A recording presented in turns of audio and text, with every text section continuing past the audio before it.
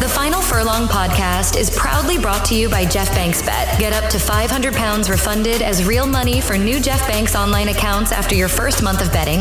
Use promo code FFP500 at jeffbanks.bet. Welcome to the Final Furlong podcast. We were recording this show on St. Patrick's Day, Monday, hence the green from all of us except the person who didn't get the memo. But hey, he's made his wall look green, Adam Mills, if you're watching this on YouTube. I'm Amidst Kennedy. Thank you very much for making the Final Furlong podcast the second most listened to horse racing podcast during Cheltenham, according to Apple Podcasts and Spotify. We greatly appreciate your support. It means a lot to us, and we'll try and reward you with some great advice, hopefully good advice for the Grand National, but hopefully you're having the crack with us along the way as well.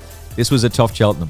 It was a brutal Cheltenham, but we'll break down the championship races in the company of two of our favourite pundits, Adam Mills from Total Performance Data, one of the best French racing experts in the business as well, and one of our favourites in the game, and a colleague of mine from TalkSPORT 2, history-making jockey and Cheltenham Festival winner, Lizzie Kelly. Welcome back to the show, Lizzie. Good to be back.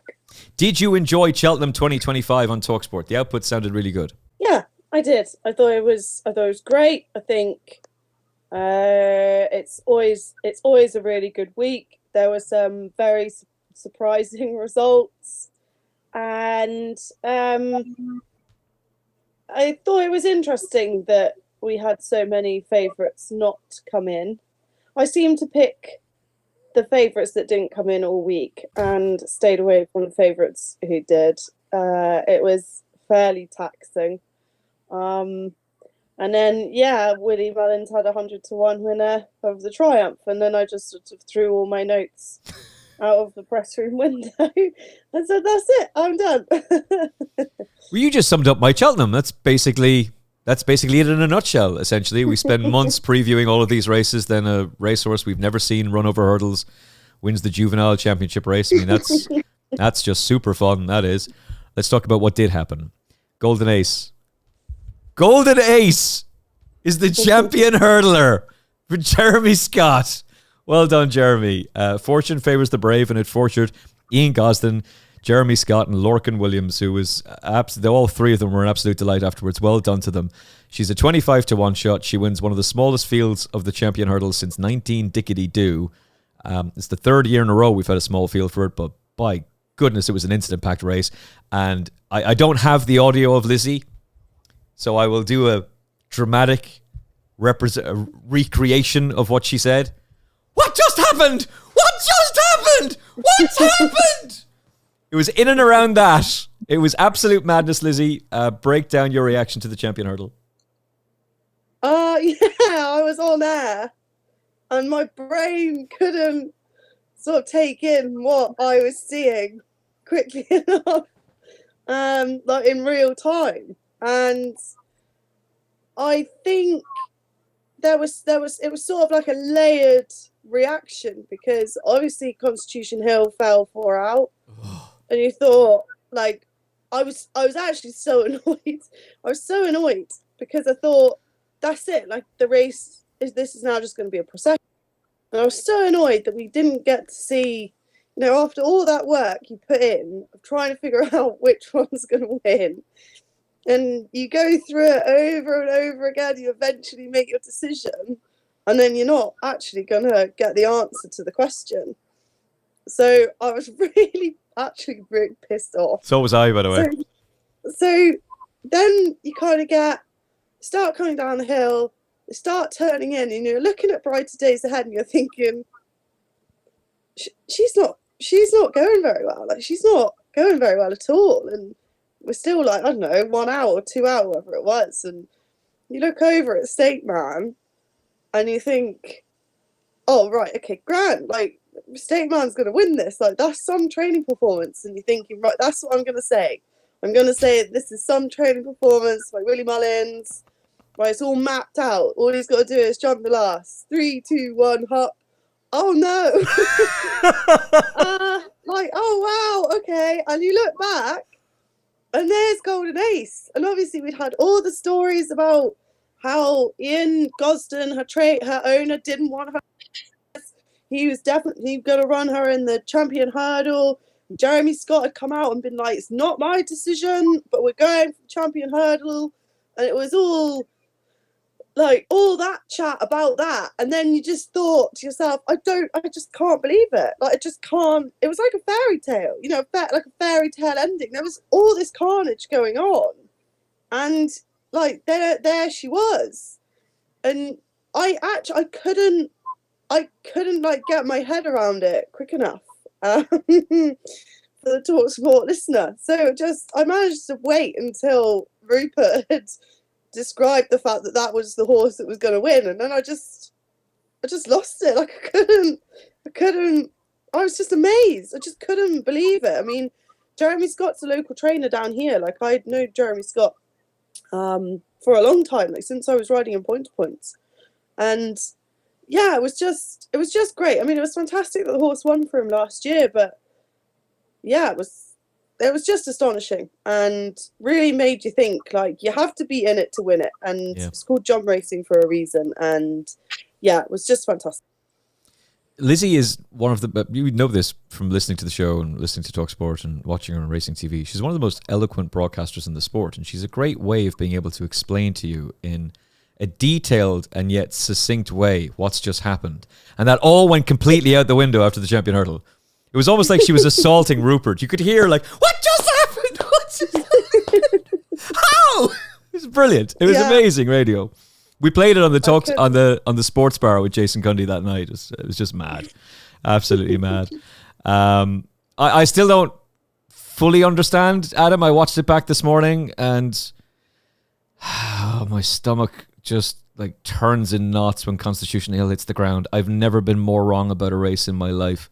So confident that Constitution Hill was going to win. So confident that Brighterdaysahead had no chance and that she would really bounce off that serious effort at Leopardstown. So confident that State Man was gone at the game. So it was just a matter of he was going to win. How did I not manage to find myself with some sort of each way docket that said even a fiver each way on Golden Ace? Because I was so bullish he was gone, so bullish she wouldn't get up the hill. But no, it was just blinkered. Constitution Hill is going to put on a show. And oh, God, it was horrible, Adam. Yeah, it wasn't pleasant. I must admit, when he came down, I thought, I've got Brighterdaysahead at a very big... Oh, no! Go, there you go, Jeff. Send me the check, son. And then it was obvious that she wasn't going that well. And then State Man came up, and I thought, oh, well, is she even going to hold on for the place, for the each-way money? And then he came down, and she was fading.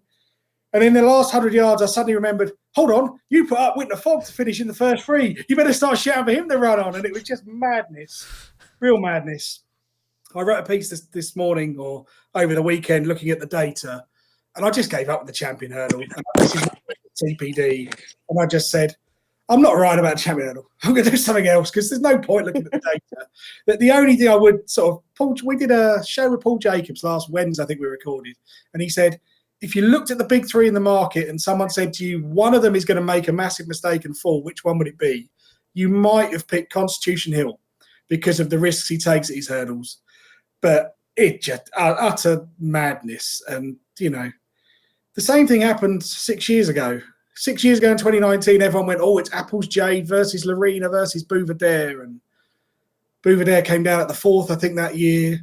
Apples Jade went off like a scolded cat and didn't get home. Lorena didn't stay up the hill, and you Guardale N beaten, I think it was Silver Streak and Mellon. You can get these results in these races, and it's really enjoyable. But from a punter's point of view, if you backed Golden Age genuinely thinking she had a chance, congratulations, because you have landed one of the punts of a lifetime, I'd say.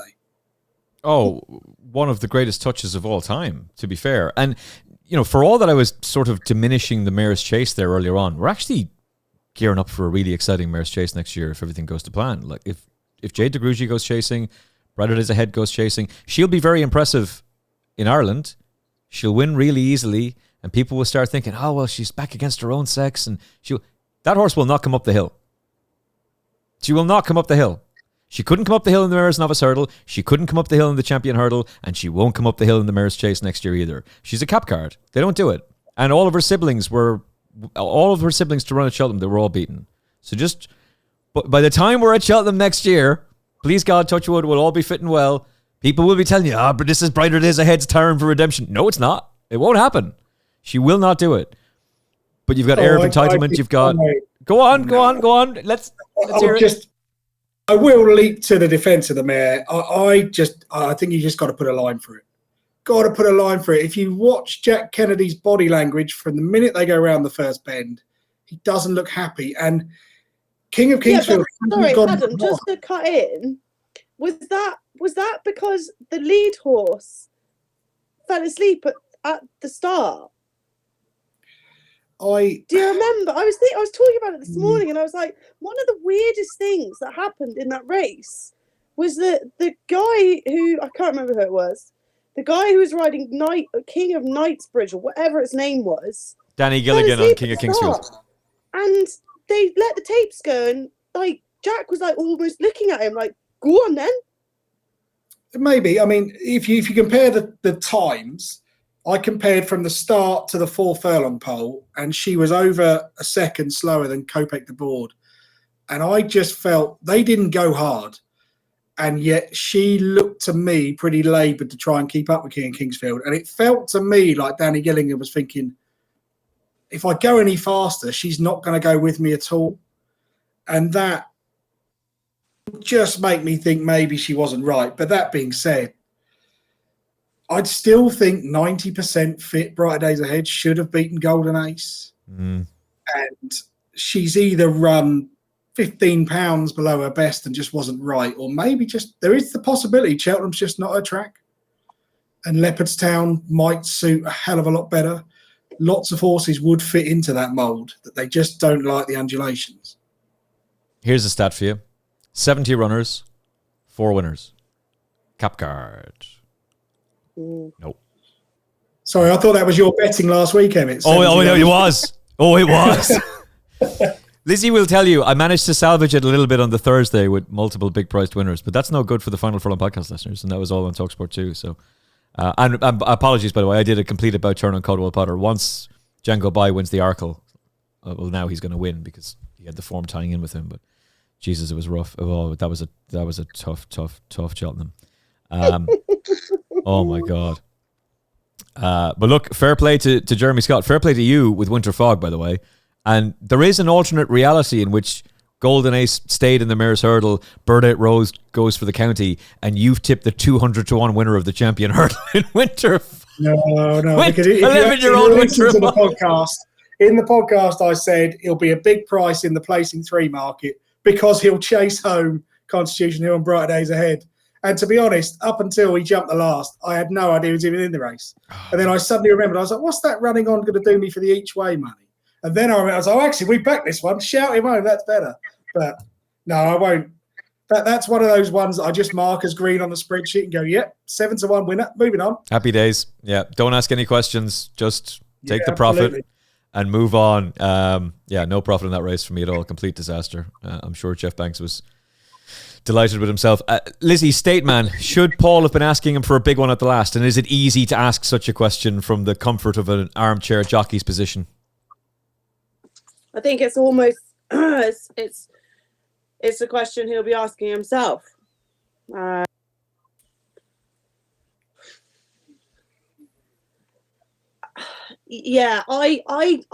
think I was always kind of overcautious. But you've got 2 options really when you're going down to the last. Either you are really positive and you try to stay within the momentum that you're currently on, and that is exactly what he did.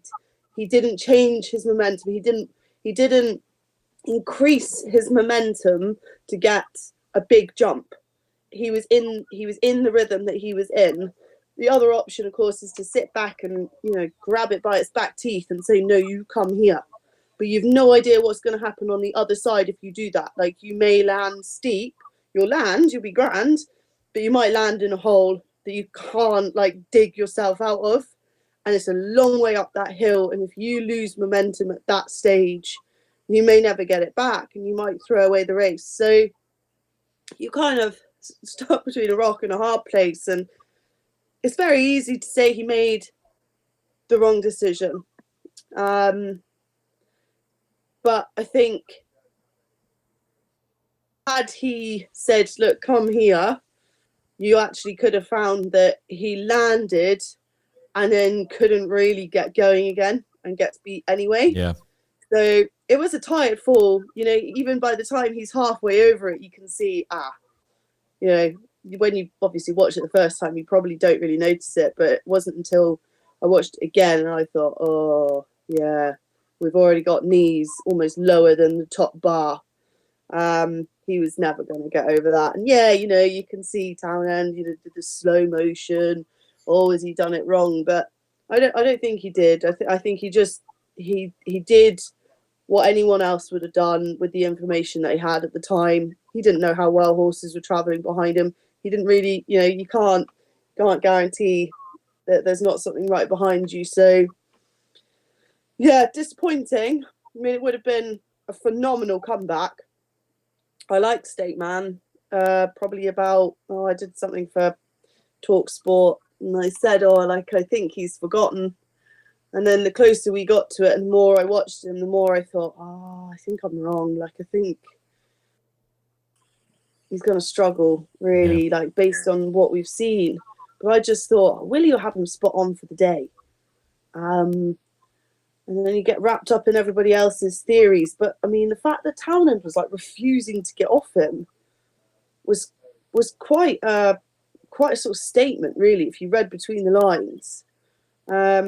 But yeah, no, I'd left that particular bandwagon by the time the race came around, but it would have been a phenomenal training performance, given how he's been this season. Complete insanity. I do feel like the criticism of him is totally overblown, and my reaction on TalkSPORT too was, that's a tired fall. Like, he probably does come up the hill, but I'm not so sure, actually. And she was finishing really fast, Adam.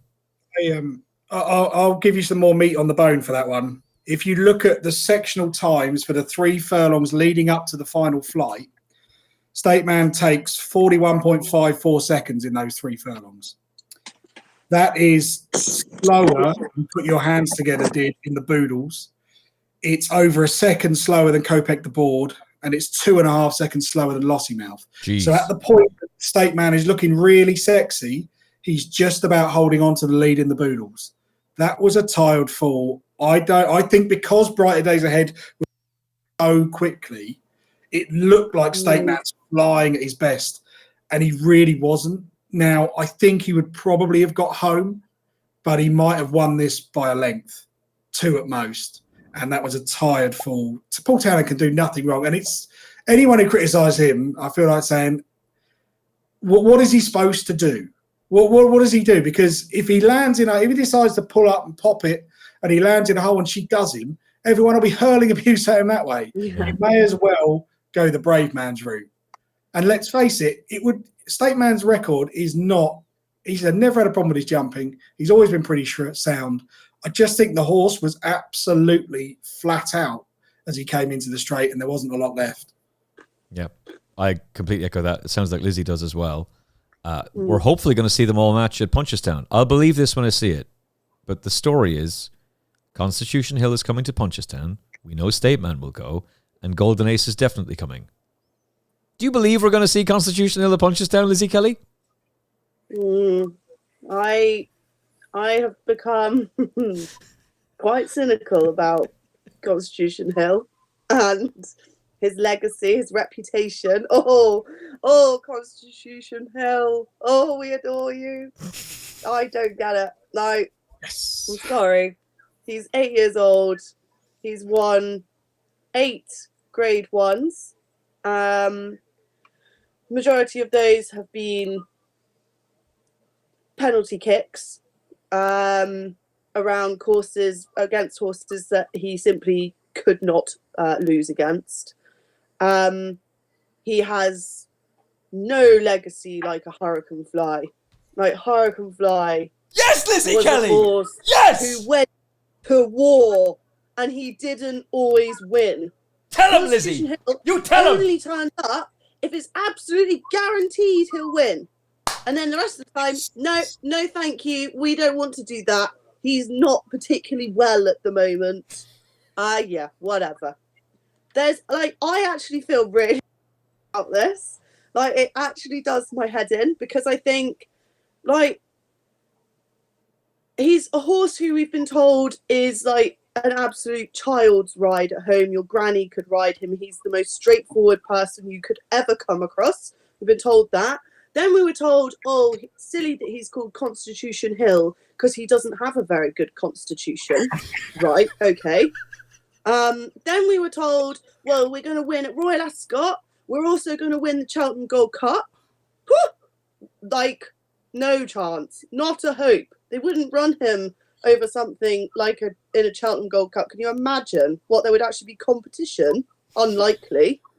He could have run in handicaps. He could have run at Dublin Racing Festival. He could have run at Punchestown. He could have run over in France in a champion hurdle there. He's so talented, and yet all we get are the easy targets. And I'm done with it.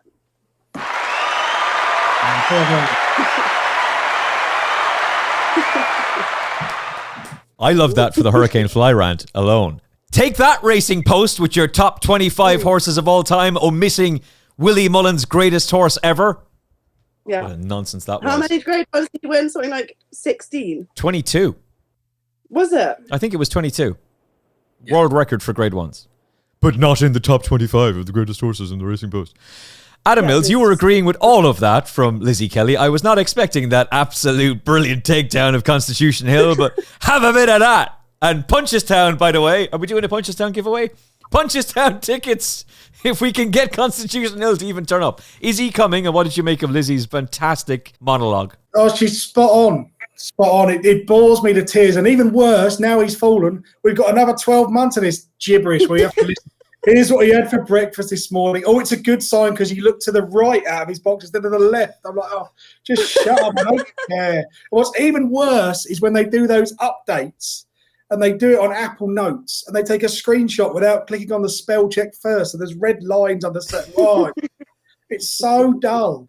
It's so boring. And it's just, I don't care. I don't want an update on him in July. And then in August, Nicky will go, oh, he's grown over the summer and he looks great. You're like, yeah, he looks so bloody great. We'll see him once all season. It's just after a while, you just think like, the Fly did his business on the track. And that's why he was fantastic. Kauto Star did his business on the track. Denman did his business on the track. You never had Paul Nicholls going, I'll tell you what, I'll give you an update on Denman every single day for the next 223. It was just, here's Denman. He runs, he wins. Next week, he'll run again if you want him to. Kauto Star won like Tingle Creeks and he went everywhere. Constitution Hill is like, well, we might go to the fighting fifth, but, you know, there's a 145 that's a bit progressive. So I'll skip that and instead we'll go to the hurdle. And it's just, I don't care. Will he be in Punchestown? Who cares? I hope he goes to Punchestown. I hope State Man absolutely mullers him because then that'll be done. That'll be it. There's no legacy after that. Wouldn't it be amazing if Nico's rowing away and State Man and Golden Age breathe lost him? It just bores me. This is the problem, though, is that we get the things like the Racing Post. We give so much credence to this gibberish. Why isn't Jeremy Scott on the front page of the Racing Post? He's a champion hurdle winning trainer. And instead, it's like Nicky going, oh, we're going to go to Punchestown. Oh, I don't care. I'm so bored of it. It really, after a while, willing the horse to lose, and it shouldn't be that way, but I just do. I just think it's just boring. It's so boring. Just turn up, go to the big races. If you ran him 5 times a season, we'd be 10 times more in love with him. And I think there is this culture of just, it's clickbait, so therefore we have to talk about it. And after a while, you just think, I don't care. Well, it's also, by the way, you're not acting like a Twitter troll. You're expressing an opinion, which I find hilarious, by the way.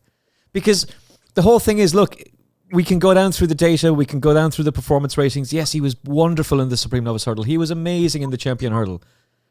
God, it does get a bit tiresome after a while. Oh, he's amazing. He's this, he's that. And you never got that with Hurricane Fly. You never got it with Isterbrack. They just turned up and they won. Simple as.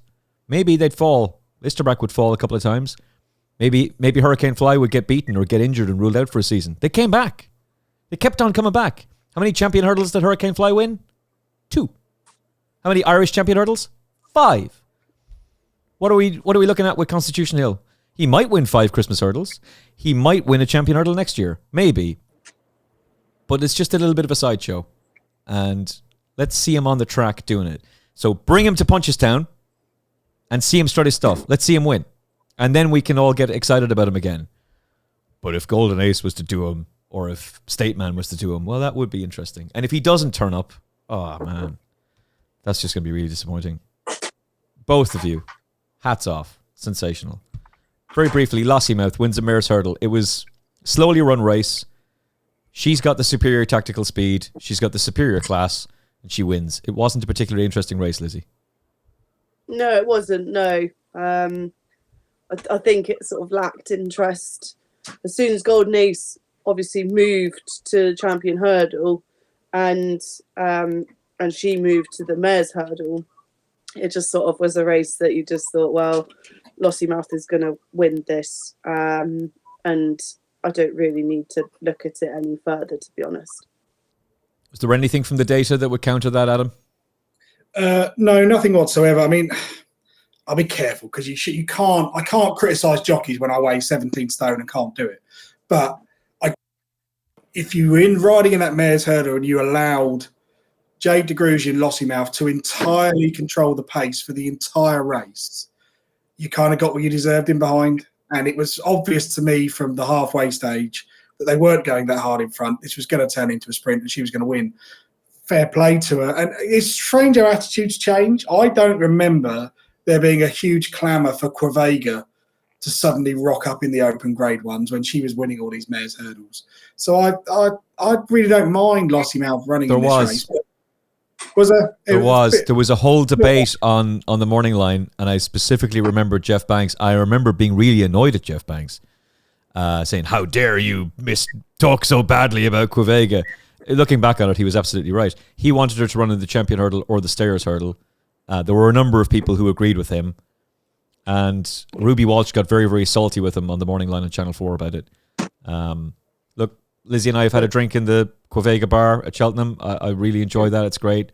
I remember cheering her on for her 6th race there. It was incredible. The benefit of hindsight, would have been nice to see her in one of those championship grade ones. But Ruby wasn't going to get off Hurricane Fly, and he wasn't going to get off Big Bucks. Exactly, and she wouldn't have beaten either of them. And I don't think Lossiemouth would have won the Champion Hurdle. I mean, she might have won this Champion Hurdle with everything that happened, but if I owned Lossiemouth, I'd be thinking we could just win 5 mares hurdles. Yeah, that's what they'll do as well. Well, what's the harm in it? It's not. I don't really think, but the only thing sort of I noted from the data was just they went so slow. And there is part of me that just thinks you've got to have a go. You can't let 160 mare like Lossiemouth get everything her own way, because if it turns into a sprint, Lossiemouth got speed and everything else in behind hasn't. But that's life. These things happen. There's lots of races at Cheltenham that Cheltenham's really changed. The bumper was another race. The assumption that all these races are end-to-end gallops is no longer true, and a lot of them develop into full furlong sprints. And it's great for me because I watched that all day in France, but it is an interesting dynamic in the mare's hurdle that they just went so slow that, I mean, Paul Townend must have been just thanking his lucky stars. And Danny Mullins as well. I'm sure Danny was thinking to himself, I've got a serious chance of winning here. And without Lossiemouth, Jade de Grugy is a good winner. Dan Skelton's horse came out and was a good third as well, to be fair, and he'd been talking her up beforehand. My note for the Stayers Hurdle, Adam, is Bob Olinger thrives under a tactically fluctuating pace scenario, narrowly beating the Coral Cup winner Jody the Great's overall time despite carrying additional weight. He achieves a career best performance in his 19th start, clearly benefiting from how the race was run. Yeah, I think so. 105% finishing speed is not the end of the world. It's a reasonable pace. I thought Teahupoo ran pretty well. I think he dispelled the myth that he needs soft ground. It might hold him back a little bit. But it's interesting, Jack Kennedy's race interview afterwards, he's just come second in a grade 1. Matt Chapman shoving a microphone in his mouth. But Jack Kennedy didn't say the soft ground has beat us. What he said was, if it was softer, it would have blunted Bob Olinger's speed. And I think that's the key. But Rachel Blackmore's just got this spot on. This horse is clearly quirky. He's clearly quite got his own ideas about the game. But if you deliver him for one run, he's got far too much speed. And that's exactly what happened. Really good ride. slightly faster than Dottie the Great, a little bit slower than Jasmine DeVoe, but into a 2 furlong sprint, and she came home in 28.93 seconds, which is about half a second faster than Air of Entitlement did in the Mayor's Novice Hurdle. So it gives you an idea of sort of the kind of pace they were going at the finish. But there are some in behind who were just unlucky to fall in a very unusual slowly run stayers. The obvious one is Rocky's Diamond, who ran a really massive race as a 5-year-old, and he just got tapped for toe. There won't always be races run like this. Bob Olinger could win it again, but he'd have to have the exact same setup where there's a relative muddling pace and he's got a target to aim at. Which might play out for him. I do feel like the week started off very well for Joseph O'Brien and then just kind of went the other way. And the fact that they comfortably beat Bob Olinger twice this season is going to make them think, oh, what might have been with Home by the Lee. But to be fair, Bob Ollinger's a Cheltenham horse. He's now a 4-time undefeated in 4 starts at Cheltenham, and he's a 3-time Cheltenham Festival hero as well. So this is his track. And Rachel Blackmore was just, she did me a massive favour on TalkSPORT 2 with Air of Entitlement. Thank you very much, Rachel. And was sublime on Bob Olinger, who I couldn't really, I was talking about it in the lead up to the race, Lizzie. Where is this gamble coming from? 20s into 8-1. Well, now we know why. Yeah, I thought it was a lovely performance. I think the thing that I thought as about it sort of almost immediately was Henry de Bromhead does such a fantastic job of keeping these horses going for such a long time. Bob Olinger, I mean, it's almost as if he's sort of 15. He's just been around for so long. And I just thought it was a fantastic ride from Rachel. She said afterwards that she didn't really want to be, she wanted to lead down into the last and then she'd be able to sort of press the boost button and go. And that's pretty much exactly how it panned out. And yeah, I thought it was great. Really, really brilliant result. I mean, it was one of those heartwarming results. I had stuck with Teahupoo. And I'd said on numerous occasions, well, I think, he's got a younger crowd here today and there'll be horses in here who are improving and unexposed. And it was Bob Olinger that was the one that managed to take him down. So who certainly isn't unexposed. So yeah, I thought it was good. I thought it was a really nice result. And I think there were a few results through the week that were slightly skewed by the fact that we'd had very dry weather in the run up to Cheltenham and slightly quicker ground than you would normally expect. So, and I think that was one of them. But I thought it was a great result all the same. It was a brilliant result, and I thought Brian Atchinson's comments afterwards as well, that he had told Gordon Elliott, don't run Teahupoo at Christmas, keep him fresh. And then he mugs him on the line with another horse from another yard. Pretty tough and a really tough week for Gordon, but he got it right with Wadu in the end. And he had horses run blinders. The Yellow Clay went super close. We'll talk about him in another podcast. Yeah. Tough week for him, though. And obviously, you saw what it meant to him to get that win. Speaking of what it means to get a big win as we switch to the chasers. So one of the narratives going into the Queen Mother Champion Chase was, oh, Jonbon's so good. Jonbon's such a reliable horse. He deserves it, Lizzie. He deserves to win his Champion Chase. Well, Barry Connell has a horse called William Money. William Money is a character Clint Eastwood played in the film Unforgiven, and he has a brilliant line. Deserves got nothing to do with it. You're either going to jump round to win, and you've got to jump to win. And Jonbon didn't. So he's not the Champion Chase winner. Barry Connell's Marine Nationale is, and it was an incredibly emotional storyline. This horse going winning 2 years after the late Michael O'Sullivan partnered him to victory in the Supreme Novice Hurdle. And who could have predicted that in the very next race, the other horse he partnered that day to win, Jazzy Meddy, would also go on to win. God rest Michael O'Sullivan, what a story that was. But Marine Nationale silenced the doubters on his 7th chase start, was absolutely brilliant. And at the line, Jonbon's finishing fast. So the dream's alive for Jonbon next year, Lizzie. Yeah, another one with lots of dreams. I personally haven't warmed to Jonbon, and people get a bit of stick for the fact we haven't warmed to Jonbon. And we're sort of get out there to get him beat. That to me has got nothing to do with it. I'm just not sure about him. And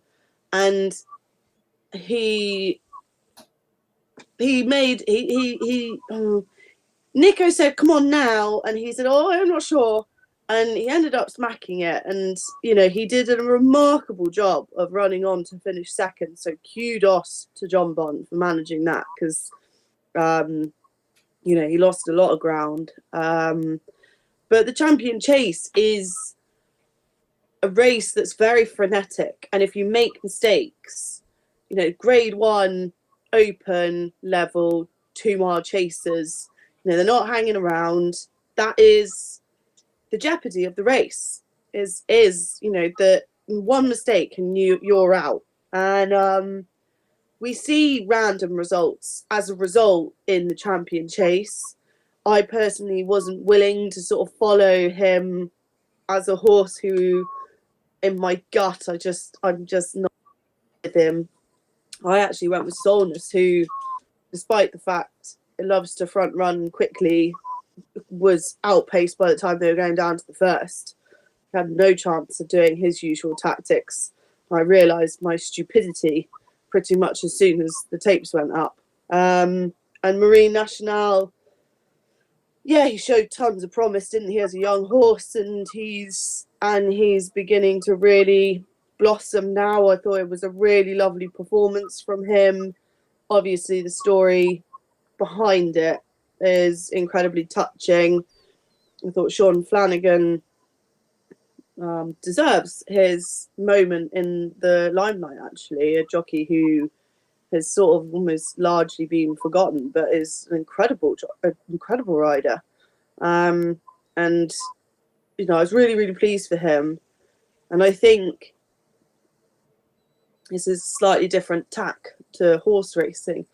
I think Sean's in a difficult position with the whole Michael O'Sullivan story and Barry Connell, and I feel like he treaded what must be actually quite a difficult line very well, and I really respect him for that. I think he's shown a real dignity, is that the right word? Yeah. Like real strength of character. I like Sean, he's a lovely man. But yeah, I was really pleased that he rode that winner, and obviously it was incredibly moving the whole day, actually. In fact, there were several times throughout the week where you really felt like Michael O'Sullivan was very much there looking over things. And yeah, so I thought it was a worthy winner. Horse performed particularly well, and I thought the emotional side of it was very touching. Yeah, well said. I didn't know that John Joe Neal Jr. and Michael O'Sullivan were so close, and that Michael would stay with John Joe during Cheltenham. A man who was heading to Doncaster gets a phone call from David Casey saying, "We've got this horse. He doesn't have much of a chance, but we'd like you to ride him." Yeah, all right. Where's the Cork flag? Wins the Triumph Hurdle. Just astonishing. It really was astonishing. You can believe whatever you want, but I choose to believe that Michael was helping that week. Probably should have been paying more attention to Marine Nationale, to be quite honest about it, Adam, but I made the great decision that Quilixios was the value play in this race because, well, if he can get close to Jonbon at Sandown, then surely he can go close in the Champion Chase. And I'm thinking, it's all right. It's okay. We're going to recover the lot. Oh! Darragh O'Keefe had an absolutely blinding Cheltenham, by the way. What a jockey. He gave so many horses such brilliant rides, had them tactically well placed, gave them every chance to win. And man, he would have been second, at least. Marine Nationale is the Queen Mother Champion Chase winner. What did you make of him? What did you make of Jonbon, Adam? It's a great story. And subjectively, there could not have been a better result than Marine Nationale and Jazzy Maddie going in. That's fantastic. But my job is also to do the analysis. And in the cold light of day, if I ignore the emotional side of it, this is, well, yet another Champion Chase that just completely falls apart. Like Lizzie, I thought, I can just have a bit of trading fun here. I'll back Solness. He'll be 5 lengths clear and he'll be half the price and I'll lay him off. Yeah, that went well. I'm not So that bright. that was one of many delays that I got wrong this week. So I couldn't get out with him. Jonbon, he's had enough. In my opinion, he'll probably be back next year unless Gino returns 100%. I'd imagine Jonbon will have another go, but Nicky Henderson goes on about Constitution Hill going to Punchestown. Surely Jonbon is the horse who should go to Punchestown. He must be £7 better going right-handed. And I saw Jonbon at Ascot. He was electric, absolutely electric. But he's had the supreme defeat to Constitution Hill I can forgive. The other two, not so much. But if I'm putting context to this, Marine Nationale has run a really good race. But his times over the final 2 furlongs are considerably slower than Jazzy Matty. They're considerably slower than Lecky Watson. And they're actually slower, albeit on a different course, but they're a lot slower than Factor File. Ooh. Now, Marine Nationale is not being asked for everything, so we've got to allow that for it. But I want a champion chaser to be electric, and he wasn't. And I owe Quilixios everything. He put me on the map, got me started in this game when I identified him, but he's not a champion chase winner, and I think he might have done him. I'm far from convinced Quilixios was beat when he came down. I think he'd been mugged, damn it. And that just puts a whole different on to me. As much as I like Marine 50 Nationale, to 1, Lizzie! He was 50 to 1! Yeah, well, it didn't happen. Get over it. But it's just worth noting that kind of everything aligned for Marine Nationale. And the history books will say he beat the 171 rated Jonbon by 18 lengths. But underneath it all, I think he ran to his mark of 159, 160, which in many years is actually proving to be more than enough for a champion chase. You just got to get round, as Captain Guinness showed yet again. But as form going forwards, I'd be sceptical. But that being said, nothing in the arc already leapt out of the page as a champion chase winner to me. And unless Nicky Anderson gets Sergino back, this time next year I might be looking at 6 to 4 Jonbon again and thinking, maybe. But it's a brilliant story, and let's just leave it at that, because the data would suggest this weren't that great. Is there anything coming through from France that would just be going chasing that could be interesting for a champion chase? Because I'm worried about that. I don't see a whole lot of stuff, a whole lot of young horses coming through, with the exception of Sergino. Loads of really nice. I mean, the 3-year-old season has just started. The 4-year-olds are good, but there's nothing. It's very rare in France. You wouldn't really go straight over fences. It doesn't happen particularly, mainly because their style of steeplechasing is very different. It's Auteuil is almost a cross-country course because of different fences. It's quite rare for that to happen. I think there are loads of good horses. That Triumph Hurdle is packed full of good horses who just need more time. It's not impossible to think something that finished down the field in the Supreme with more time will come on. But one of the problems with the 2 mile division is the minute anything gets beat, there's this assumption of, right, we've got beaten at 2 miles, let's go up in trip. And actually, I'm not sure that's always the case. Maybe you should just think, actually, my horse just needs more time, or he needs more work on his jumping. I wouldn't be riding off the 2 mile division, but I think we've had a situation now for the last 2 years where the exact same horses have been at the top of the crown, and it's trying to find what's going to come through.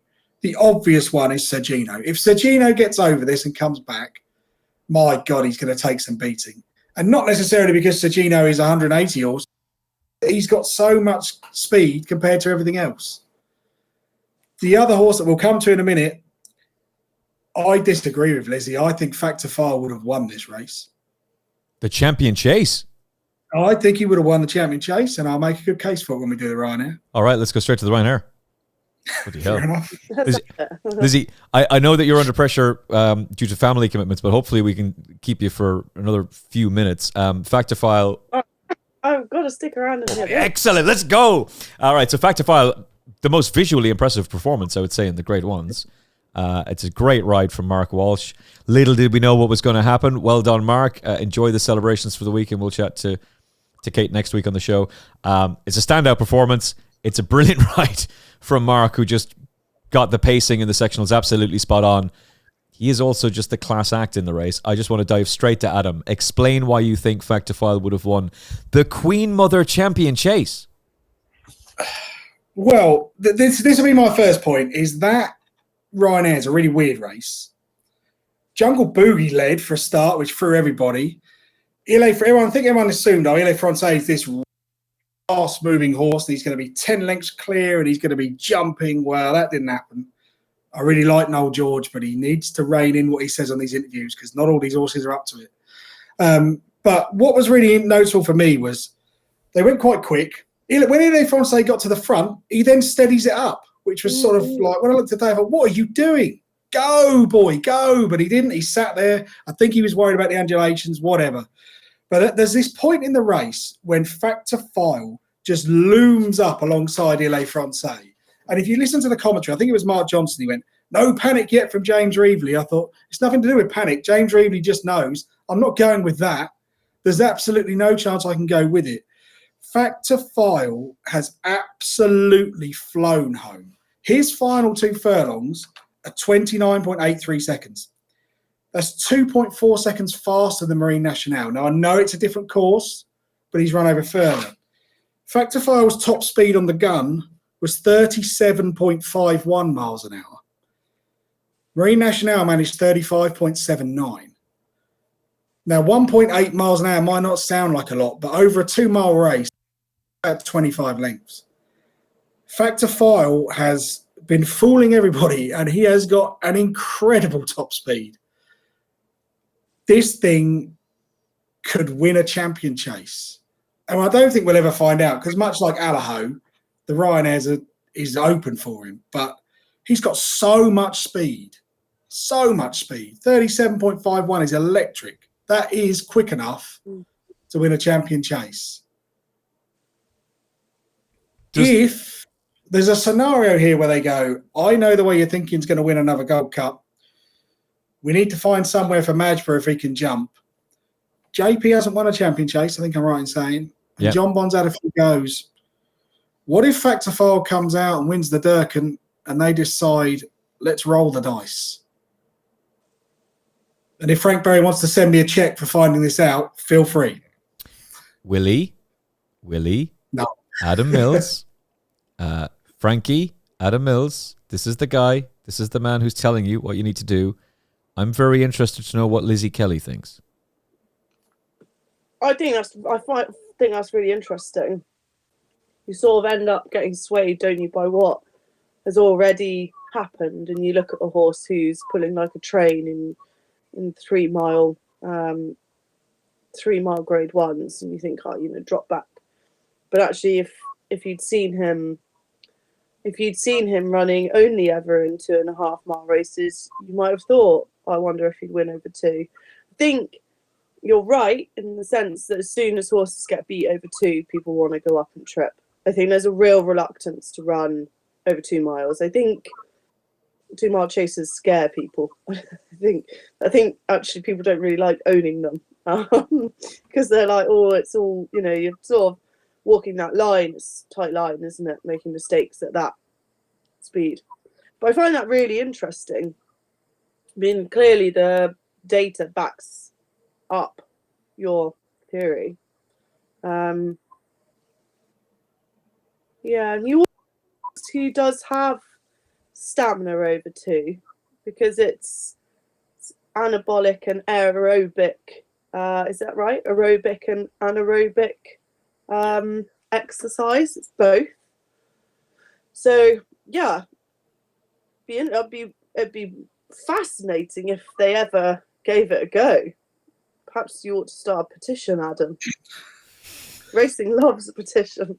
Yeah, yes, of course. I could never join the JP McManus team. They'd tell me that something was being plotted and I'd just tell everybody.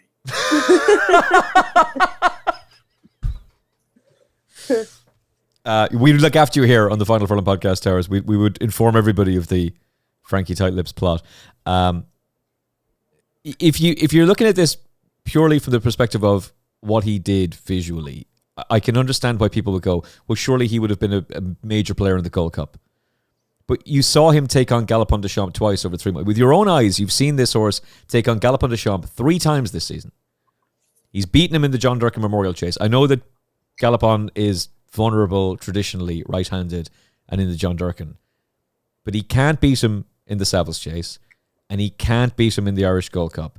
And I thought in the Irish Gold Cup, Mark was very clever. I thought he stopped because he's realised, like we've changed things. I've done everything I can to beat you, and you're laughing at me towards the end. So I'm going to look after this horse and make sure that he's got everything in the tank to go and win at Cheltenham, and that's going to be the Ryanair. Now, as you think about what next season is going to be, well, hopefully I know the way you're thinking is still going strong, and he's going to take a lot of stopping in the Gold Cup. If it's soft ground, don't rule out Galopin Des Champs from having a major play in that race, and we'll come to it in a second. Who knows what the hell happens with Ballyburn, Stairs Hurdle. We'll talk about that in the next podcast. There's Lecky Watson, there's Django By. JP's got Majborough for the Ryanair if you wanted. Who do you have for the championship? You've got Jonbon. You can't rely on him. Maybe he should be the one going for the Ryanair. Swap them. Oh, we could land him at... What price are we getting on Factor File to win the Champion Chase? That's the real question we need to be asking ourselves. He's not even in the betting. Jeff, come on. Let's get a price with Jeff Banks bet on Galopin Des Champs on Factor File. What am I talking about? Galopin Des Champs on Factor File for the Champion Chase. This is enormous. There's nobody else to really take out of the Ryanair, is there? I thought Hartwood ran a nice race. It's a great performance from Envoy. I would definitely take Hartwood. I love this horse. He's really improving. He's running well every start. Hartwood will win a Grade 1 when Factor File's out the way. But that is a big... He needs Factor File to be out the way. Ideally, I'd imagine they might look at something like... I mean, Aintree's probably too close this year, but you could... I think you could campaign Hartwood to win a big pot if you just avoid Factor File. And actually, if you take him out of the race, Envoy Allen sets a really good bar. He always runs his race at Cheltenham. Protectorat was 4th. Hartwood's beat them both easily. Yeah. I think Hartwood is a very good, improving horse. But he's probably £5 to £7 behind the real top-class ones. Maybe Henry might look at something like a Betfair Chase if the ground wasn't bottomless and thought, you know what, can't win an Irish Grade 1, but the British aren't exactly up to much. So there are those kind of options. The other thing to say is Il Francais is too slow. He is too slow. Yeah, please expand on that because you were telling me you wanted to talk about... A bit ridiculous. I'm really annoyed at myself because normally I only bet when I look at data. That's just the way I do it. And I didn't really look at Il Francais at Kempton because both times visually you think like, Christ, he's going fast. And he's not. He's really not. His top speed in the King George was 34 miles an hour. In the Kauto Star, it was 33.5 miles an hour. What actually happened at Kempton is Il Francais set a good early gallop and all the 3-mile chasers, who probably aren't suited by Kempton anyway, were taken out of their ground. So it created this illusion that the field's being really stretched and therefore Il Francais is going at 2-mile pace. And he wasn't. He was just in his rhythm, out in front, got everything out of the comfort zone. That King George form has quite rightly fallen apart on that evidence because Banbridge really didn't run his race. Maybe there's an issue with Banbridge, I'm not sure. But for Il Francais, it had I don't think the track was necessarily the issue. I just don't think he could do it. And I think it's fairly obvious that he is quite moody. As I've said before, he's a moody teenager. If everything's going his way, it's fine. It's like the kids here. The minute I say, I want you to do something different, bang, toys out the pram. I'm not. That's what happened here. But he's, the Il Francais, they just should go to Kempton. Just accept it. Go to Kempton. Kempton, Aintree. It's bloody obvious. Stop fighting around, trying to find ways to make him into something he's not. He's a flat track bully. Jumps beautifully on a flat track. Go there. He'll win the entry bowl. Talking about the Punchestown or Sandown next. I mean, neither of those tracks would suit. Really? Yeah, it's an odd. Yeah. Oh, yeah. no. As I've said, headline I read in the Racing Post. As I've said before, he's another horse like Constitution Hill. We have to have an update every week, and it's. I love French racing, but there are times when you think you got to actually do it rather than just keep talking about it. But it's. I really like Noel George because what he does with social media is so much better than most other trainers. Yeah. But the problem is he goes on these TV shows like he did with Stencil last week, and he's so bullish, and you're like, yeah, but just rein it back a little bit. because actually now Ile-Francais, we've had 2 years of building up to this Cheltenham thing and it's not worked. If I told you you could get 25 to 1 about Factor File for the 2026 Queen Mother Champion Chase, what would you say? Yeah, that's about right. That price has to be about right because he's got to be 5 to 1 to even line up in the race, at least. And there's lots of caveats to that. You know, if Sergino comes back and Sergino proves to be better than Jonbon, then the JP McManus team have an idea of where they are. And you've also got to really sort of factor in JP has loads of really good chasing prospects, so it's not a straightforward. So if you're going to have a bet at this stage, which is far too early for me, but if you were going to, you'd want 25s at least. Would Mashwarab make any appeal to you at 8 to 1? He has that Arkle 1 if he doesn't just clatter through the second last. Does he? Reckon not? Don't know. We'll do that on another podcast maybe, but I'm not convinced Django Bay was beat. And Django Bay, everyone thinks all the others are really stopping. Django Bay is flying at the finish, absolutely flying up that hill. Madrid just wouldn't interest me because I don't want to back 2 mile chasers, as Lizzie said. You really can't make mistakes. And Madgebury's yet to convince me that he wouldn't make a mistake. Okay. All right. I'm pretty sure I'm not going to quote the price with Jeff Banks' bet, but 25 to 1 is available about Factifile. A compelling case has been made for him by Adam Mills. I think he could win the Ryanair for the next 3 years if they want to. Just be Allaho 2.0. Well, the next 2 years at least anyway, if he stays fit and sound. But that's a really compelling case for the Queen Mother Champion Chase. You can request a bet with Jeff Banks' bet. You can sign up now, jeffbanks.bet. Use your promo code FFP500. You're eligible for 10% back of any net losses after your first month of betting. Stop press! 3 months. After your first 3 months of betting, you're getting 10% of your net losses back. I need all of the 10% back of my losses from last week. My God, it was a disaster! But we love it. We love Cheltenham.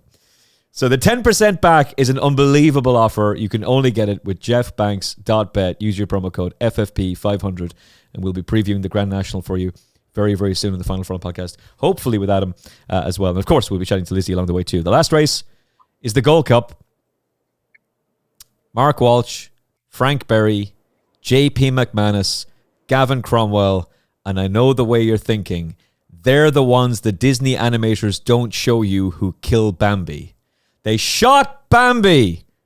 You bastards. 3-time winner. All the thing on ITV. Lizzie won't know this, but all the thing on ITV. It wasn't that tune in to see how he might get on. Oh no, it's like tune in. He's going to win. He's going to win. It's all over. Sure, look. Sure, he's the best horse in the race. Sure, he's going to win. Oh, the hopes we had, Lizzie, on TalkSPORT and TalkSPORT 2. We were all excited. Yeah, I'm still heartbroken. I did, thankfully, temper my enthusiasm when the rain just never came. I did think it was an issue. And I sort of thought early on, he just didn't seem to be travelling with that level of ease that we're used to. And I always stage with Galopin Des Champs where he begins to look like he's not travelling that well. And there's that moment of, oh, actually, is today going to be his day or not? Because he's actually looks like he's not travelling that well. And then he would go through the gears and he's fine. So I sort of was trying to tell myself that perhaps is what is happening, just a circuit earlier than you would expect. They never looked happy, did they? No. And I thought some of his jumping was quite deliberate. And I thought he ran an absolute blinder in defeat. A fantastic performance when clearly things weren't going the way you would have hoped. I mean, the winner was astonishing. I thought, wow, like, good God, like that was impressive. I actually don't think that Galopin Des Champs has lost anything in defeat. I think that he's still put up a good performance when things weren't going to plan. And I think that's one of his endearing features, is that he doesn't always win. He doesn't run in races that, that he can win. So there's a chance he might come back next year. That'd be very interesting if he did. But I thought the winner was very impressive. There's a chance, and we have no idea what the weather forecast. We don't even know what the weather forecast is going to be next week, let alone what it's going to be in Cheltenham 2026. But if he gets soft ground, there's a chance this just goes the way it usually does. He gets beaten in Punchestown. He gets beaten in Punchestown in the John Durkin Memorial. Then he rolls back the years and wins the Savills Chase, wins the Irish Gold Cup, and suddenly there's, hang on a second, could he do it at the age of 10? Could he do a Kauto Star and reclaim, be only the second horse in history to regain the Gold Cup and win it 3 times? I don't think it's out of the question. I really don't. And part of the reason why I don't think it's out of the question is if he gets his ground. And 2, Adam, aside from I know the way you're thinking, who's coming through?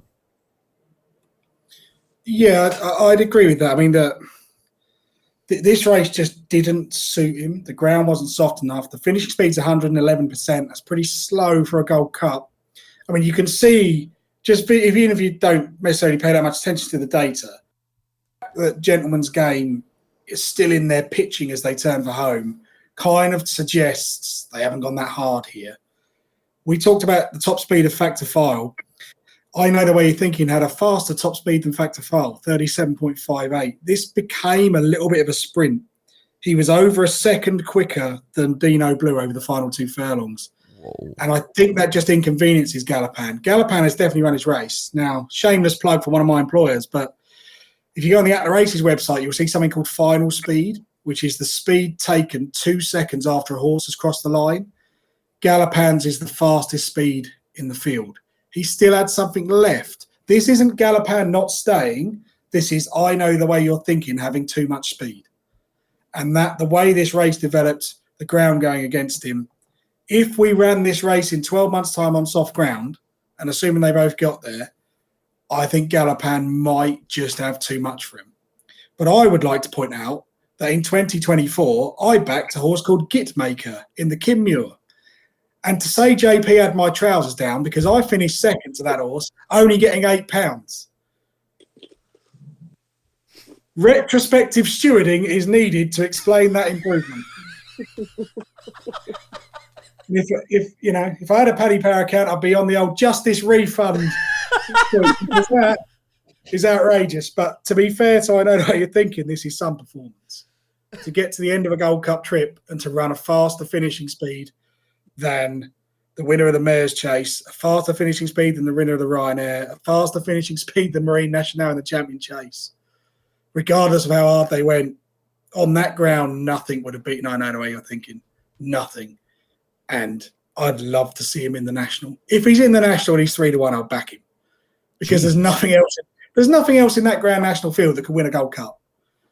And I think 3-1 would be a perfectly fair price, because if he lined up in a National off that weight, 1 out of 4, he'd probably win it. Do you think he will run and win the Grand National, Lizzie Kelly? I don't think he will run. I think they're probably a little bit reluctant as a result of what happened with Synchronized. Yeah. And I think the lesson should be learned. Yeah, that was my feeling right after the race. I thought that was the impression I got from, and look, sometimes you can read a little bit too much into this stuff, but I thought that was the impression we were getting from how JP was talking in the winner's enclosure afterwards. And bear in mind, he's also lost Corbett's Cross, which was a cruel blow. What a lovely, lovely horse he was. That was devastating. So I'm not it's too close. It's not just going to Aintree having won a Gold Cup. You've also got to do it 21 days later. Yeah. And he's only 7. You'd think, you must look at that and think maybe we could be going for a hat-trick of Gold Cups in a couple of years' time.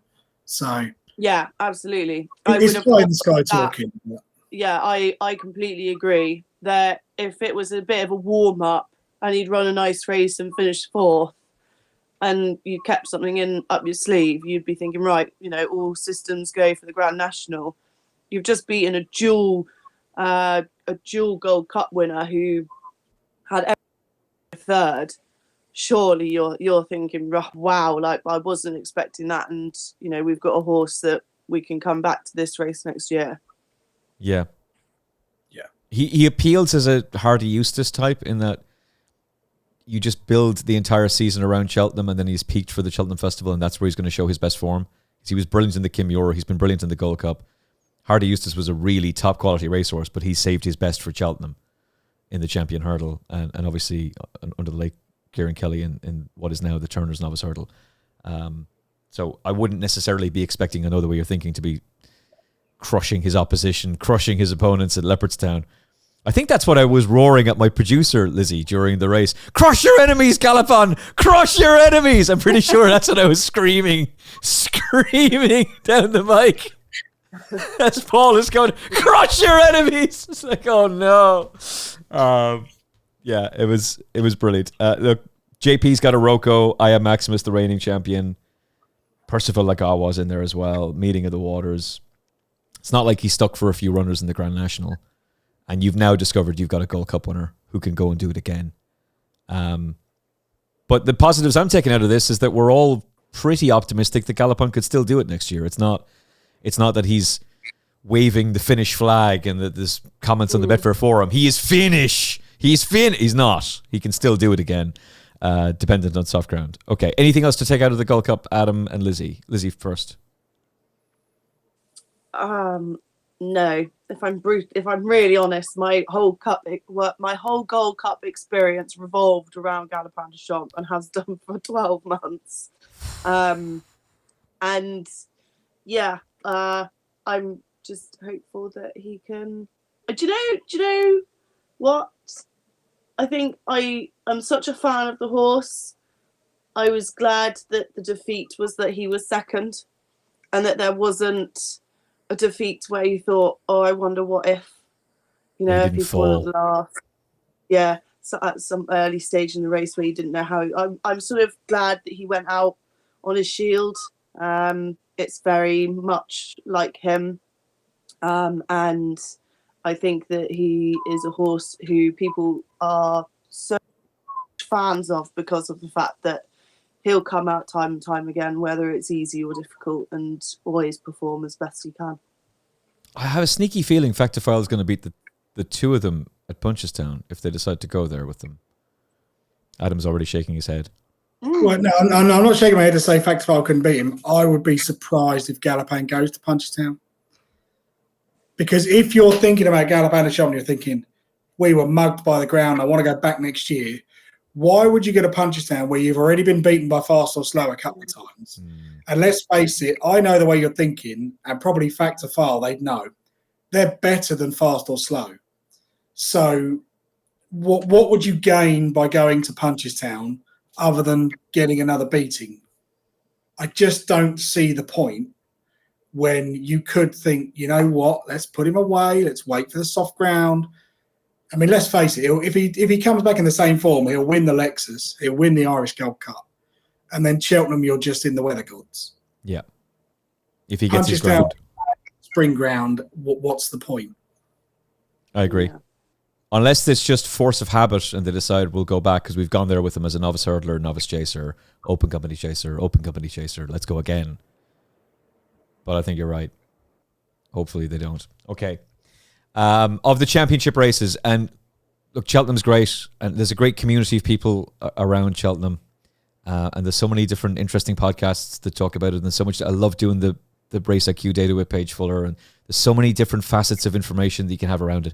That's why we need to protect this at all costs and make sure that it remains special, because there's so many people who are actively engaged in what makes Cheltenham. That's what makes Cheltenham so special. The people and the conversations leading up to it, and then the horses doing the talking. Never mind these endless updates about, here's what Constitution Hill had for breakfast. Seeing them strut their stuff on the track and whether our opinions are going to be right or wrong. That's what's great. But there is a euphoria you get when you write about a horse. And man, it's draining and exhausting when it all goes horribly wrong. It's like, oh no. So what was the big standout performance of the week for Lizzie Kelly? I suppose I think the Turners, Iron, the Yellow Clay, and also Final Demand. I think if I were to take a horse out of the whole week for the future, it was Final Demand. Actually, I thought even for me, his reputation was enhanced by his performance at Cheltenham, despite the fact that he obviously was beaten. I thought that race personally had a lot of strength and depth, and I thought it looked really good. And obviously it was great that Harry Skelton had that winner on the New Lion. I was not willing to jump on that bandwagon because the Skelton brothers are so enthusiastic, but they're enthusiastic about quite a lot of things. And I do a lot of work with Harry, but you know, and I know how enthusiastic he is. But I thought that was a brilliant result. Yeah, I wasn't on that train at all. Horribly wrong about that horse too. The Challow Curse, Newbury Racecourse breathes a sigh of relief. Absolutely. Absolutely. They are ecstatic with themselves. They're already promoting it for next year. Get your Cheltenham Festival winner now from the Challow Hurdle. It'll be a bog again and the horse will get stuffed.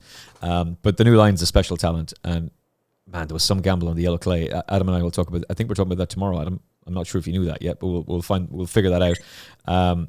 But he ran a blinder, and the gamble that was on him I thought was very, very interesting and said an awful lot too. So do you think, just very briefly, Lizzie, because we won't have you tomorrow, do you think the Brown Advisory will be the race for Final Demand next year?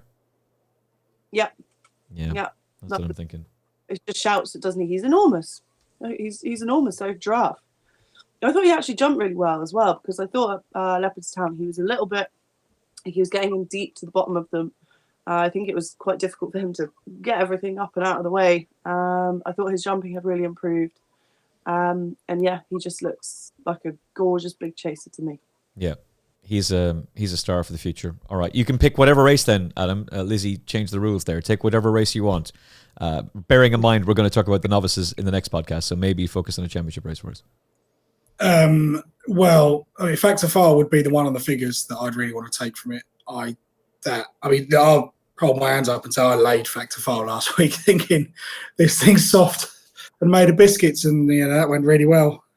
One of last week that didn't necessarily go that well, but I would be looking at Factor File and thinking Ryanair or Champion Chase, whichever race he goes in next year, he should be a very short price to win it.